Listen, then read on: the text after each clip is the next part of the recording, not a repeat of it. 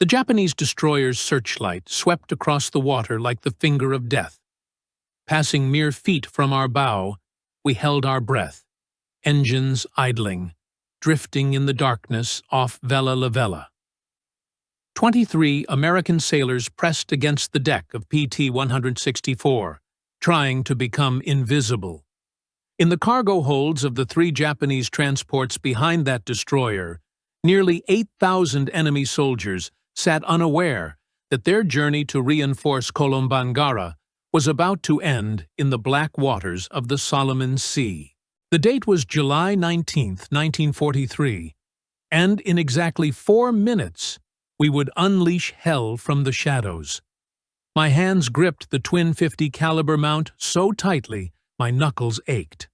Beside me, Ensign Robert Dutch Vanderberg whispered coordinates to our skipper, Lieutenant Commander Arthur M. McPherson.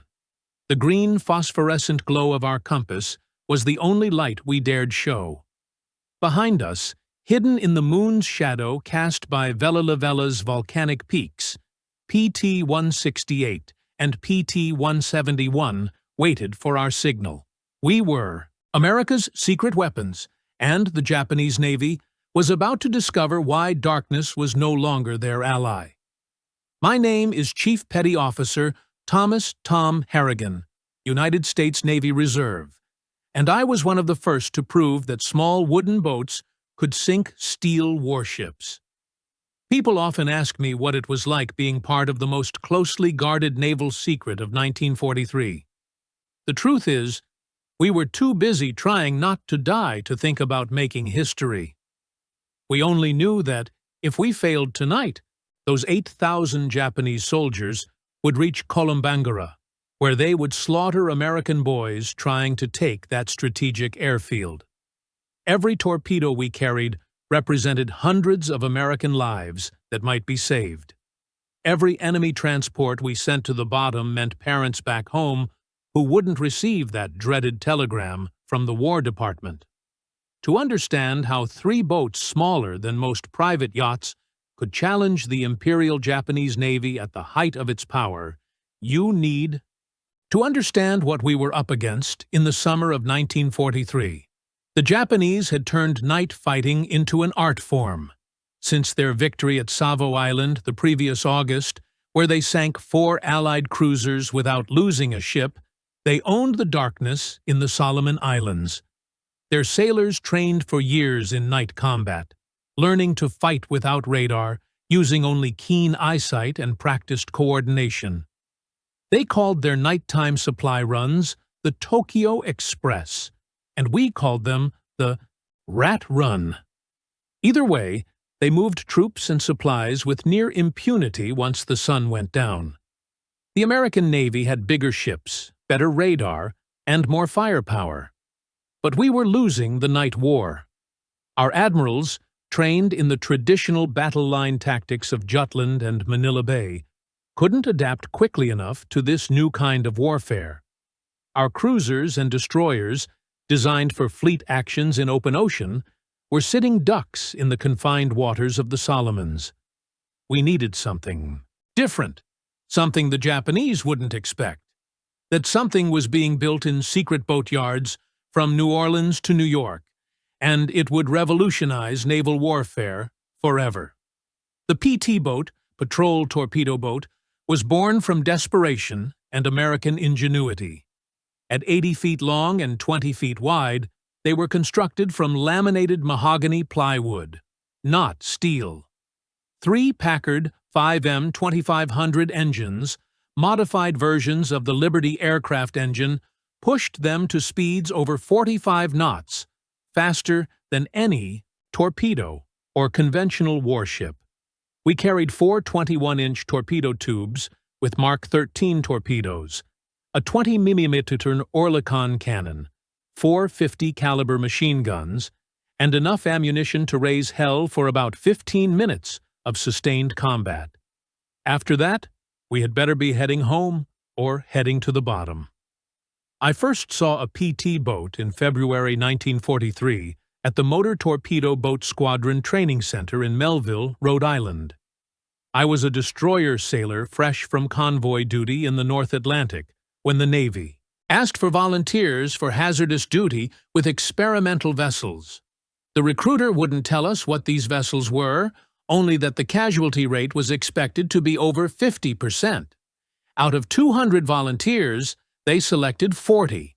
I made the cut because I could navigate by the stars and had small boat experience from growing up on the Chesapeake Bay.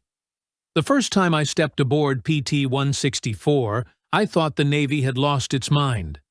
This wasn't a warship. It was a glorified speedboat with delusions of grandeur. The hull was wood. Wood in a war of steel and armor.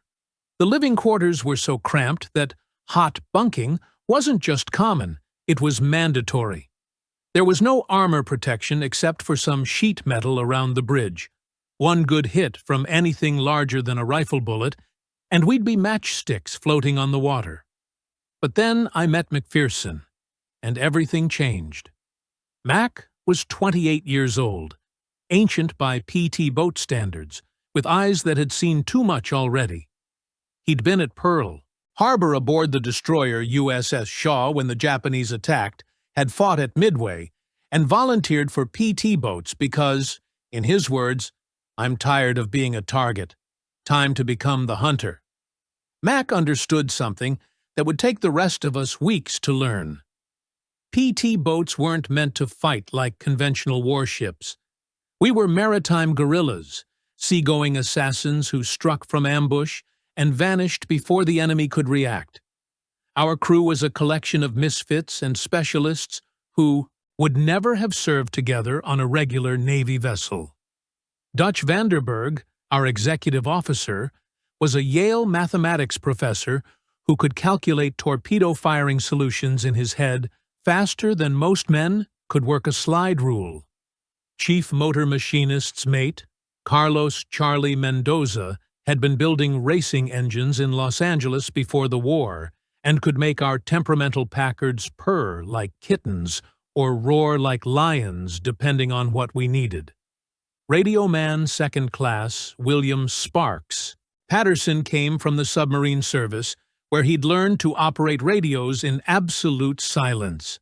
Our torpedo man, gunner's mate First Class Patrick Paddy O'Brien, was an artist with those mechanical fish. Each Mark 13 torpedo weighed 2,200 pounds and cost as much as a house back home. Paddy treated them better than most men treated their wives, constantly adjusting, cleaning, and sweet-talking them. "These beauties," he'd say while polishing the bronze propellers, "are the only reason the Japs will take us seriously. One shot, one kill, or we're just expensive target practice." The rest of our 12-man crew included 2 more gunners, an engineer, a cook who doubled as a medic, and 3 seamen who did everything else. We were blacks and whites, city boys and farm kids, high school dropouts and college graduates, united by one simple fact. We were all volunteers who'd signed up knowing we probably wouldn't survive the war. Training at Melville was brutal and unforgiving. The Navy had learned from early PT boat losses that enthusiasm wasn't enough. We needed to be faster, smarter, and more vicious than anything the Japanese could throw at us. We practiced high-speed attacks until we could launch torpedoes accurately while bouncing across waves at 40 knots. We learned to navigate by sound and instinct when tropical squalls reduced visibility to 0. Most importantly, we learned to think like pirates rather than sailors. Commander James "Wild Jim" Patterson, who ran the Yokohama training program, had survived the Philippines campaign and escaped Corregidor on one of the last PT boats out. He had a simple training philosophy. The Japanese expect you to fight fair. Don't.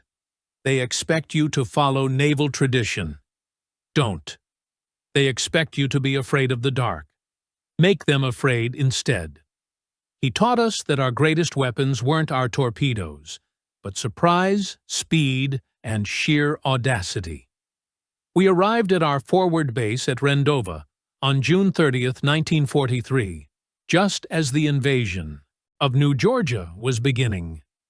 The base was nothing more than a fuel dump, some camouflaged Quonset huts, and a rough dock hidden under palm fronds. The first thing we noticed was the smell: rotting vegetation, diesel fuel, and the sweet stench of tropical decay. The second thing was the sound of artillery fire from New Georgia, where Marines were dying to take the Munda airfield. Motor Torpedo Boat Squadron 9. Our unit consisted of 12 PT boats tasked with interdicting Japanese reinforcement attempts in the Central Solomons. Our mission sounded simple: patrol the waters between the major Japanese bases and sink anything flying the rising sun. The reality was far more complex. These waters were a maze of coral reefs, volcanic islands, and hidden Japanese strongpoints. The enemy had seaplanes for reconnaissance, coast watchers on every major island, and destroyer squadrons specifically trained to hunt PT boats. Our first patrol on July 5th was a disaster. 3 boats, including ours, attempted to intercept a Japanese convoy near Visu. We were spotted by an enemy float plane before we could get into attack position. Suddenly, 4 destroyers were bearing down on us, with searchlights blazing and guns firing. We scattered like rabbits, racing through a gauntlet of shell splashes. PT-158 took a direct hit from a 5-inch shell and disintegrated. 12 men gone in an instant, blown to fragments along with their boat. We spent 4 hours dodging through reefs and islands before finally escaping. No torpedoes fired, no enemy ships damaged, and we'd lost a boat and crew. That night, huddled in our base at Rendova, Mac gathered us together. "We learned something important today," he said quietly. "We can't fight them like destroyers fight each other. We're not built for gun duels. We strike from ambush, or we don't strike at all." It was a hard lesson, paid for in blood, but it would shape every mission that followed. Over the next 2 weeks, we developed new tactics through trial and error. We learned to use the island's radar shadows to mask our approach. We discovered that shutting down 2 engines and running on 1 reduced our noise signature dramatically. Most importantly, we figured out how to coordinate attacks between multiple boats using simple light signals that the Japanese couldn't intercept. The intelligence network supporting us was remarkable. Australian coast watchers hiding in the hills of Japanese-occupied islands would radio enemy ship movements. Native Solomon Islanders, risking execution if caught, would paddle their canoes out to meet us with information about Japanese positions.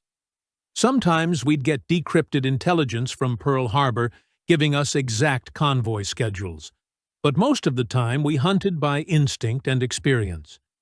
PT boats were still classified as secret weapons in July 1943.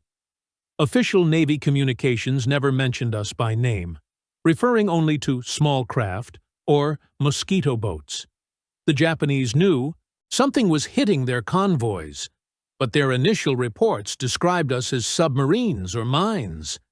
They couldn't believe the Americans would send wooden speedboats against steel warships. That ignorance was our greatest advantage.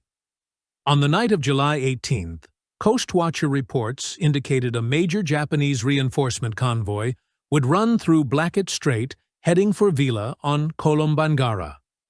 This was the target we'd been waiting for: multiple transports with minimal escort, forced to pass through narrow waters where their superior numbers wouldn't help them.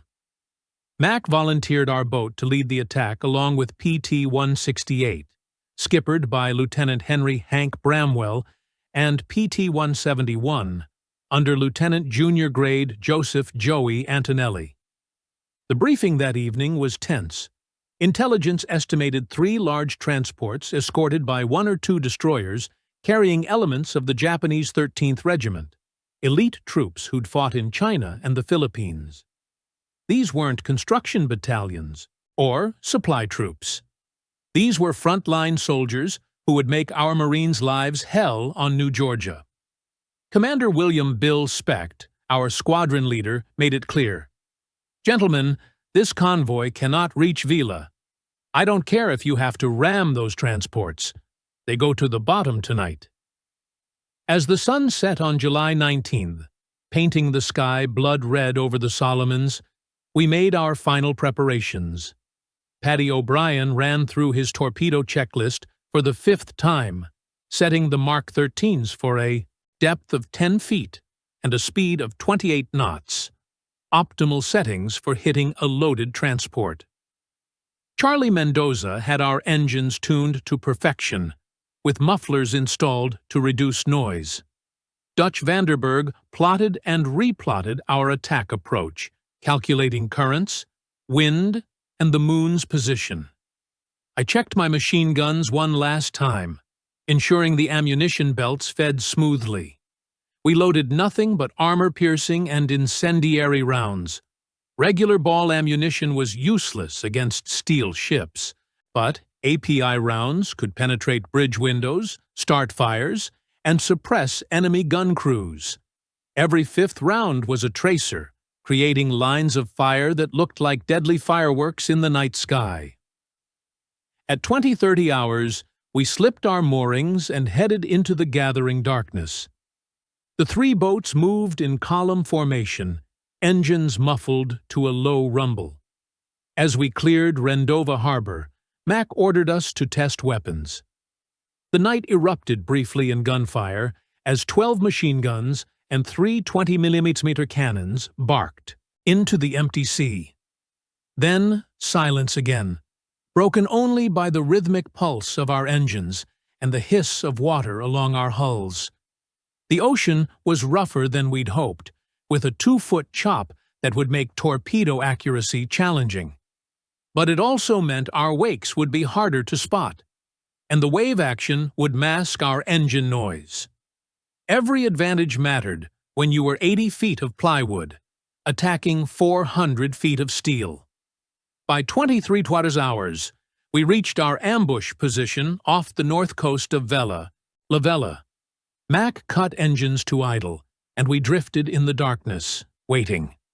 The only sounds were water lapping against our hull and the distant rumble of artillery from New Georgia. Then, at 23:47 hours, Sparks Patterson picked up a transmission from a coast watcher reporting 3 large ships, 2 escorts, bearing 280, speed 18 knots, range 15 miles from your position. The hunt was on. Mac started 2 engines, keeping them at low throttle as we moved to intercept. The mathematics were simple, but crucial. The enemy convoy was making 18 knots on a steady course.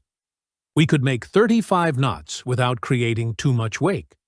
If we positioned ourselves correctly, we'd intercept them just as they entered the narrowest part of Blackett Strait, where they'd have no room to maneuver.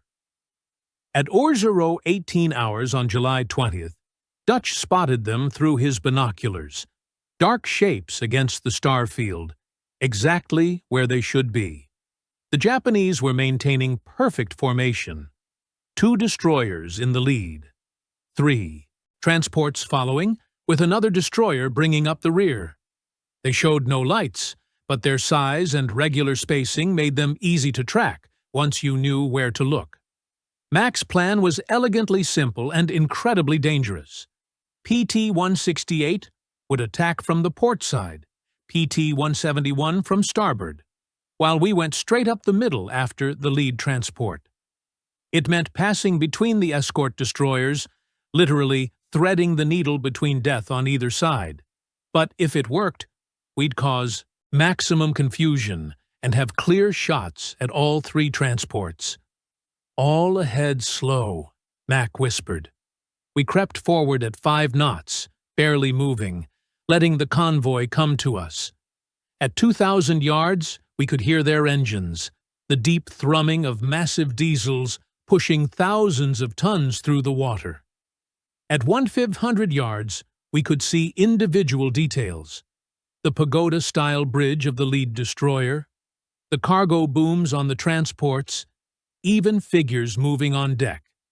At 1,000 yards, Mac gave the signal. 3 clicks on the radio, and all 3 PT boats surged forward simultaneously. "All ahead slow," Mac whispered. We crept forward at 5 knots, barely moving, letting the convoy come to us. At 2,000 yards, we could hear their engines, the deep thrumming of massive diesels pushing thousands of tons through the water. At 1,500 yards, we could see individual details. The pagoda-style bridge of the lead destroyer, the cargo booms on the transports, even figures moving on deck. At 1,000 yards, Mac gave the signal. 3 clicks on the radio, and all 3 PT boats surged forward simultaneously. Our engines roared from idle to full throttle in seconds, lifting our bow out of the water as we accelerated to attack speed. The night shattered as we raced toward the enemy convoy at 40 knots. 3 small vessels challenging steel giants. The Japanese were caught completely off guard. Their lookouts, trained to spot approaching submarines or destroyers, never expected attackers moving so fast from so close.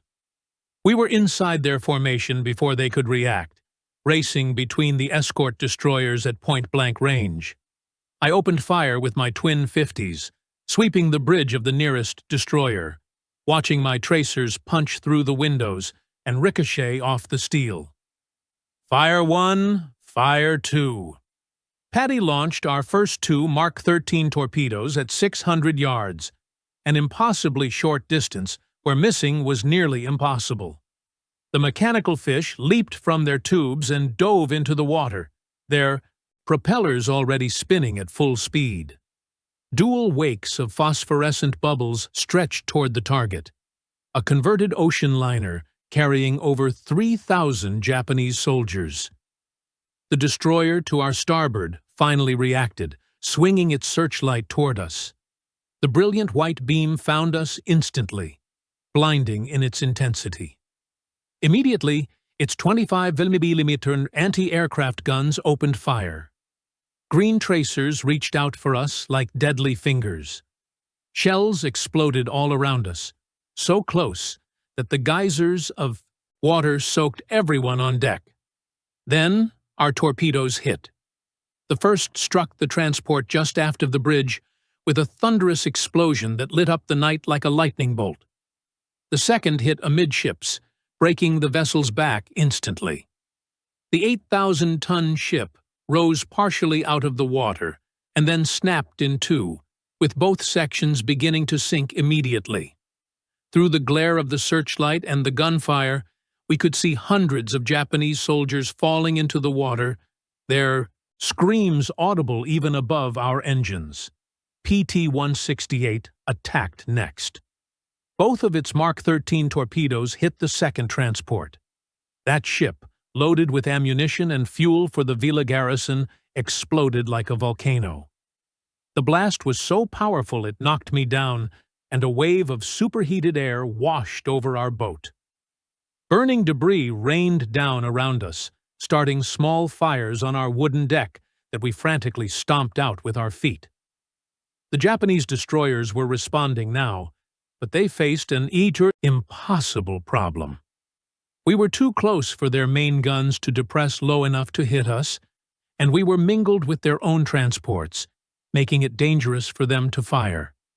Their solution was to try and ram us, using their superior size to simply run us over.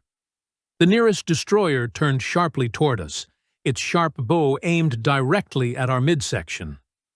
At the combined closing speed, we had perhaps 10 seconds before impact.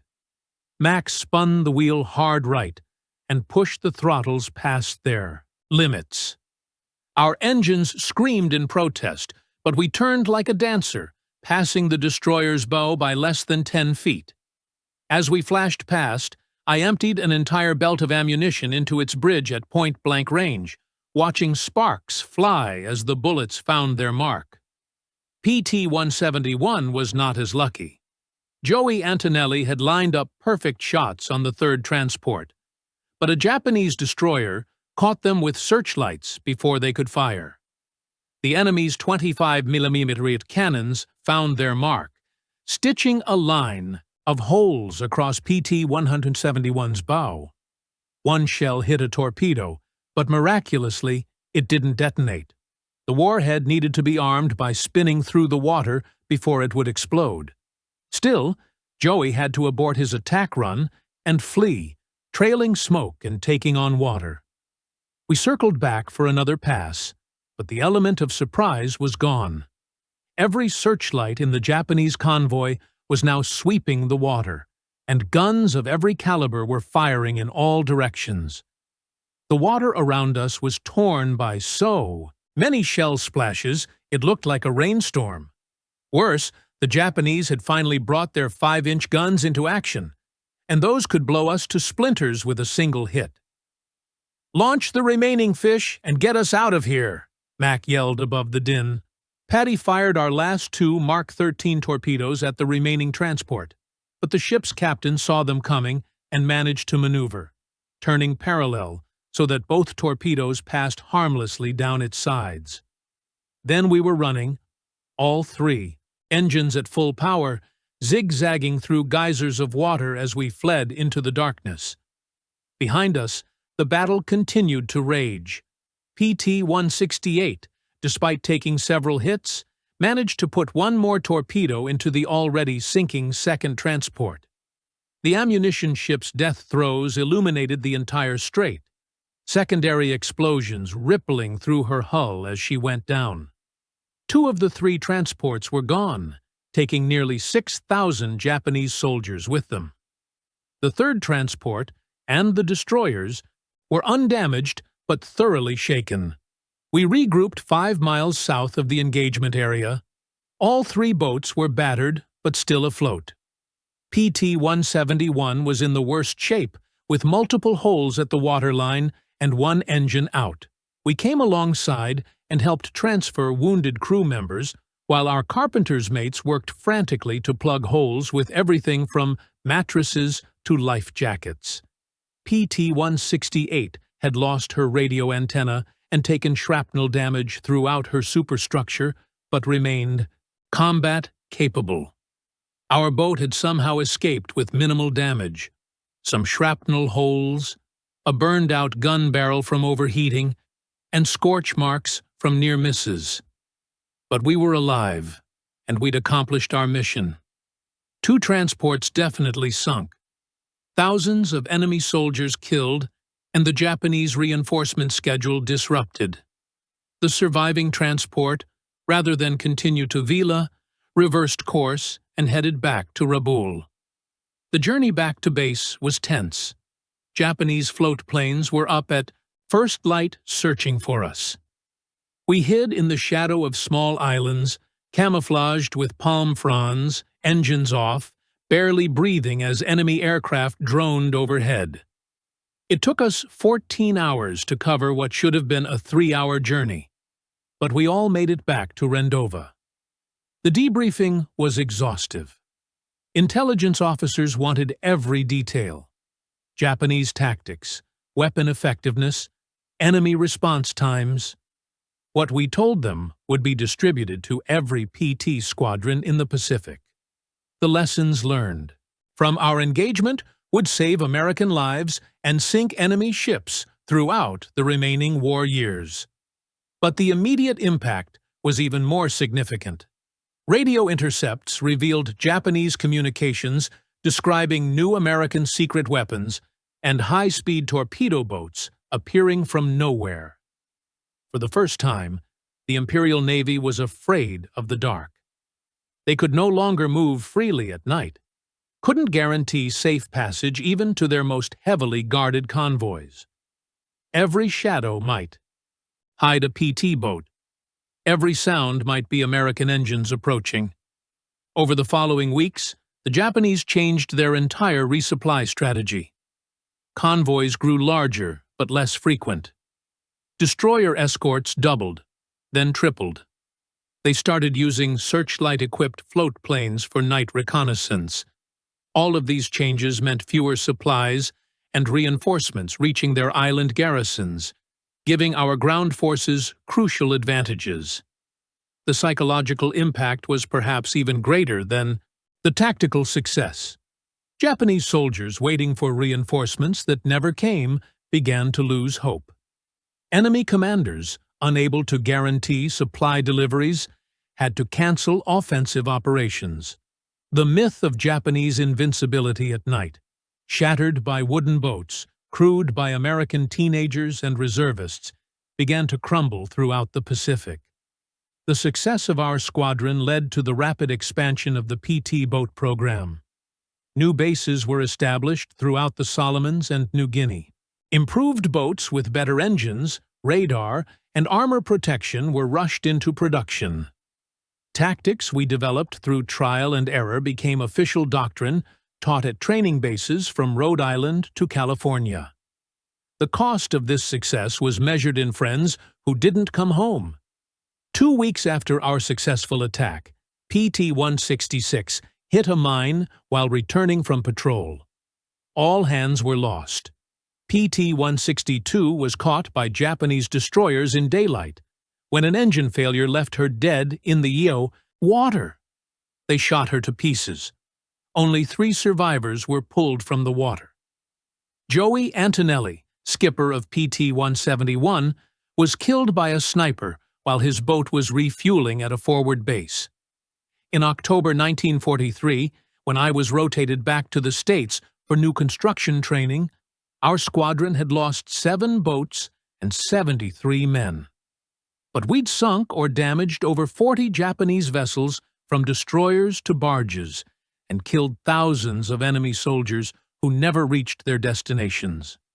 The exchange rate was brutal, but necessary. Every PT boat we lost was replaceable.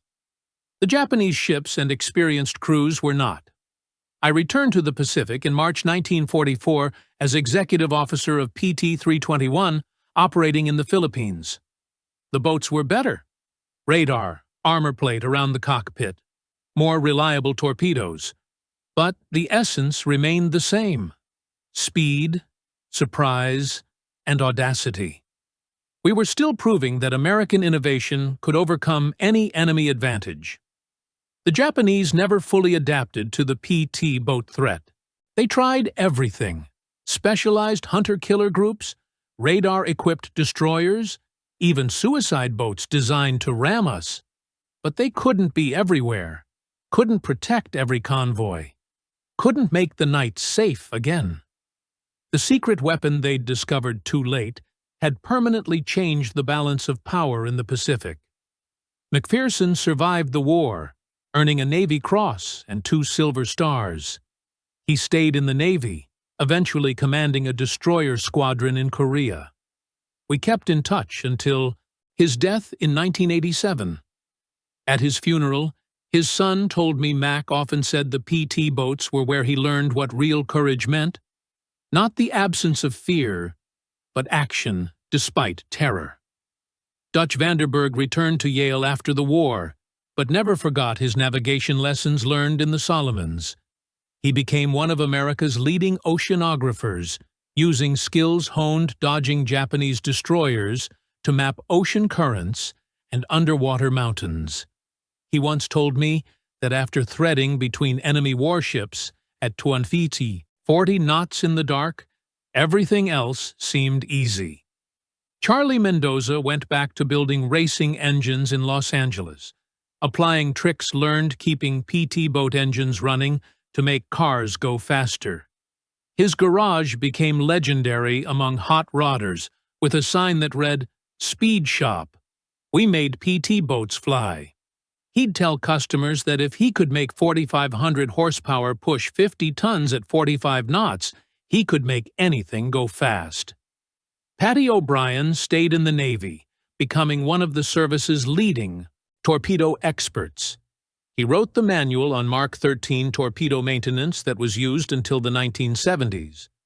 But he never forgot those torpedoes we fired that night off Vella Lavella. "Those were my fish that sank those transports," he'd say with pride. 2 shots, 2 hits, 6,000 Japanese who never made it to kill Americans. The PT boat story is often overshadowed by the bigger battles of World War II.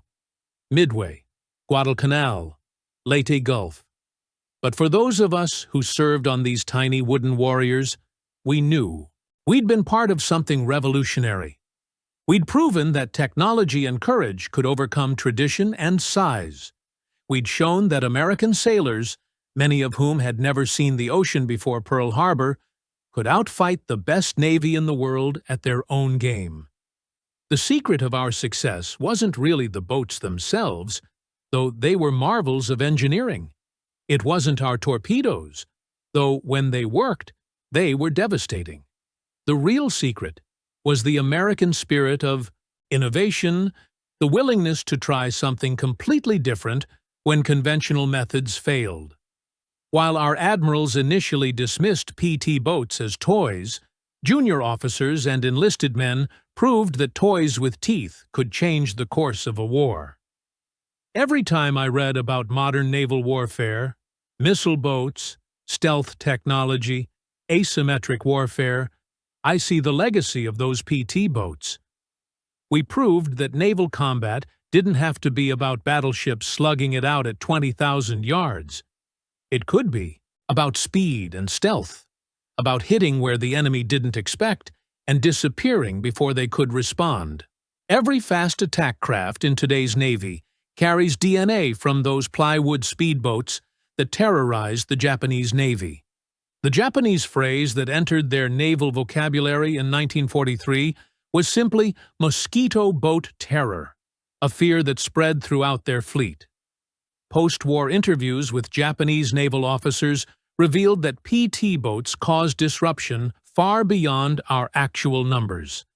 They had to assume we were everywhere, had to plan for attacks that might never come, and had to waste resources defending against threats that might be shadows. Admiral Tanaka Raizo, who commanded many of the Tokyo Express runs, wrote after the war, "The American PT boats were our worst nightmare. Submarines we could hunt with depth charges, aircraft we could see coming.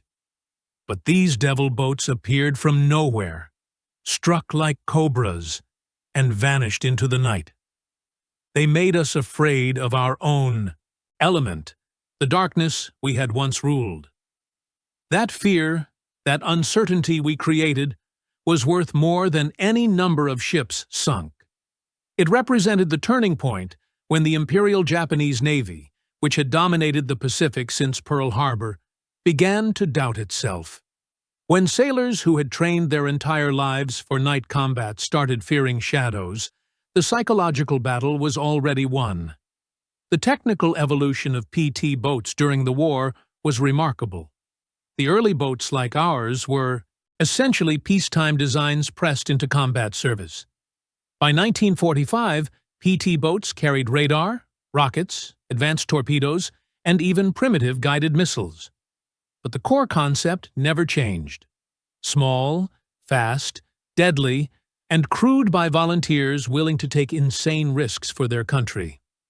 One story that captures the PT boat spirit happened in October 1944 during the Battle of Leyte Gulf. A squadron of PT boats, hopelessly outgunned, attacked the Japanese battleship Yamato, the largest warship ever built.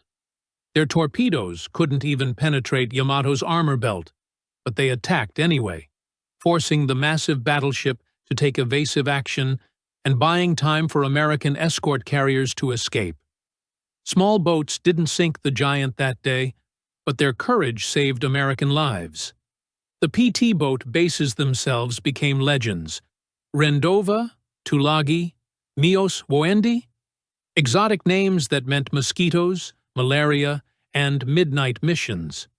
These weren't Pearl Harbor or San Diego with their officers' clubs and clean sheets. These were muddy hellholes where we lived on Spam and cigarettes, where mail took months to arrive, where the only entertainment was poker and rumors. But morale remained high because we knew we were making a difference. The natives of the Solomon Islands deserve special recognition. They risked everything to help us, guiding us through reefs, rescuing downed airmen and shipwrecked sailors, providing intelligence on Japanese movements. Many were executed when caught helping. Americans, their courage and sacrifice were essential to our success. Without their help, we would have been blind and lost in those island mazes. The Coast Watchers, those lonely volunteers hiding on Japanese-occupied islands with radios and binoculars, were our guardian angels. They'd report 40 bombers heading your way, or a destroyer squadron moving south at high speed. Many times their warnings saved our bases from surprise attack or helped us position for the perfect ambush. We never met most of them, but we owed them our lives. One technological advancement that revolutionized PT boat operations was radar. The first sets were so primitive they could barely distinguish between an island and a ship. But by late 1944, we could track targets in complete darkness and fog. The Japanese, who had relied on superior night vision and training, suddenly found themselves at a disadvantage. We could see them before they could see us, the ultimate advantage in night combat. The evolution of our tactics was constant. We learned to use aluminum foil strips to confuse Japanese radar. We developed wolf pack tactics, coordinating attacks by multiple boats from different directions. We figured out how to use shore batteries as diversions, getting the enemy to reveal their positions by firing at fake targets while we maneuvered for the real attack. The most dangerous missions were the ones nobody heard about: inserting coast watchers behind enemy lines, evacuating trapped Marines from surrounded beaches, running ammunition to isolated outposts under enemy fire. These weren't glamorous torpedo attacks, but grinding, dangerous work that saved countless lives. We became the Navy's Swiss Army knife, used for any job too dangerous or too crazy for conventional vessels. Personal relationships on PT boats were unique in the military. On a destroyer with 300 men, you might not know everyone's name. On a PT boat with 12 men, you knew everything: who snored, who had nightmares, who got seasick, who could be counted on when things went to hell. That intimacy created bonds that lasted lifetimes. My PT boat reunions decades after the war felt like family gatherings because that's what we were, a family forged in combat.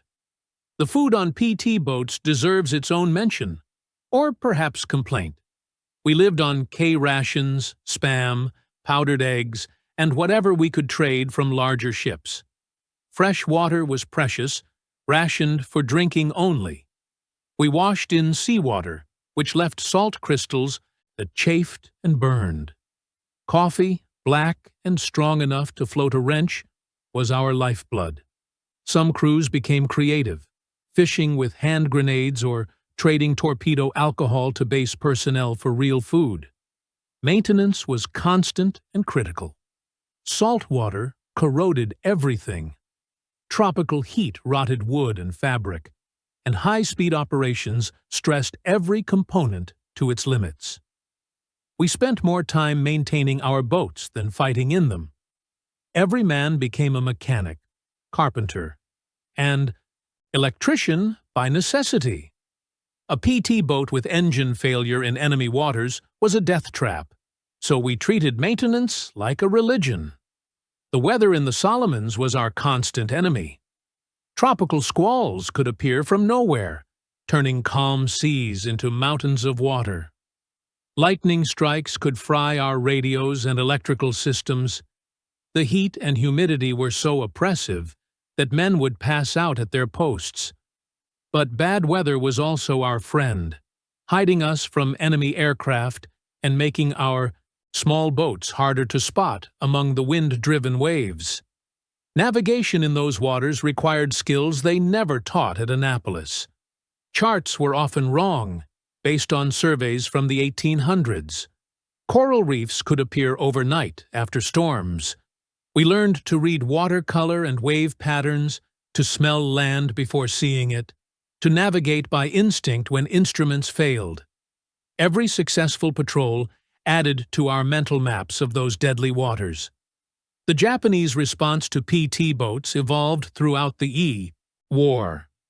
They developed special shallow draft destroyers specifically to hunt us.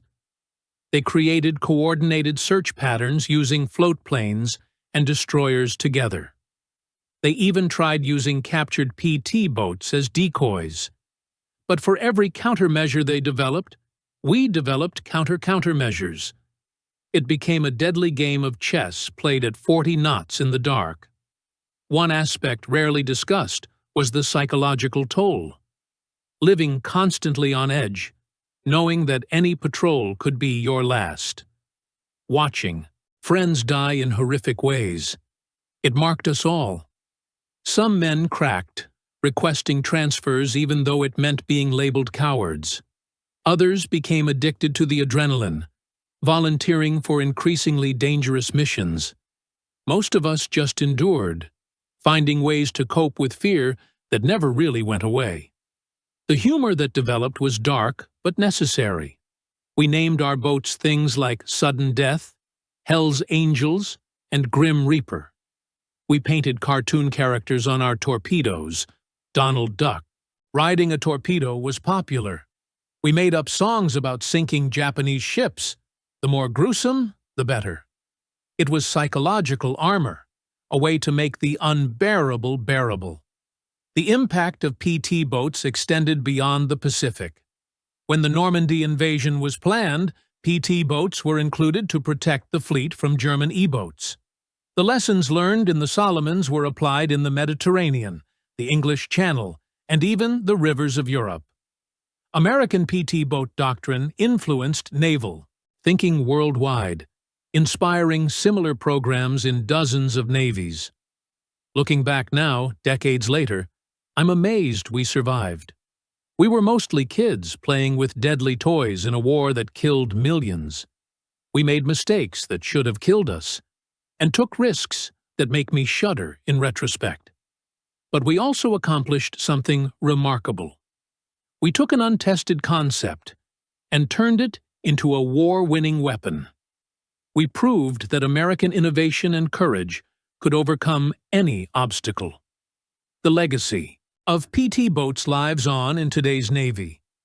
Every fast attack craft, every special operations boat, every vessel designed to strike quickly and disappear carries the DNA of those original mosquito boats. The sailors who crew them probably don't know about nights off Vella Lavella or the terror we brought to Japanese convoys. But they are spiritual descendants carrying on the tradition of speed, surprise, and audacity. When people ask me if I'm proud of my service, I tell them about that night of July 20, 1943. 3 small wooden boats attacked a major enemy convoy and sent thousands of Japanese soldiers to the bottom. We emerged from darkness, just as our title suggests, and disappeared before the enemy could respond.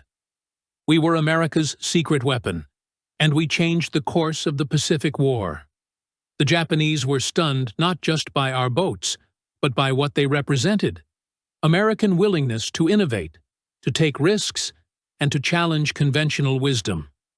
They had studied our Navy for decades, knew our battleships and carriers, our traditions and tactics, but they never imagined we'd send wooden speedboats armed with torpedoes to challenge their steel warships. That failure of imagination cost them dearly. In the end, the story of PT boats is a uniquely American story. We took a British concept, powered it with Packard engines designed for aircraft, armed it with torpedoes originally designed for destroyers, and crewed it with civilians who'd never seen the ocean before Pearl Harbor. It shouldn't have worked, but it did because we made it work through sheer determination and ingenuity. The last operational PT boat was retired in 1959, replaced by newer, faster, more capable vessels. But for those of us who served on them in World War II, they'll always be the boats that won the war in the Pacific. We proved that size doesn't determine victory, that courage matters more than armor, and that American sailors in wooden boats could defeat anyone, anywhere, anytime. As I finish this account, sitting in my study surrounded by faded photographs and yellowed newspaper clippings, I can still hear those Packard engines roaring in the night. I can still feel the spray of Solomon's seawater on my face, still smell the cordite and diesel fumes. Most of all, I can still feel the pride of being part of something revolutionary, something that changed naval warfare forever. We were boys who became men in those wooden boats, fighting a war we didn't start, but were determined to finish. We attacked from darkness because that's where we were strongest, where our speed and surprise gave us the advantage. The Japanese learned to fear the darkness they once owned, learned that American ingenuity could turn any disadvantage into an advantage. That's the legacy of PT boats.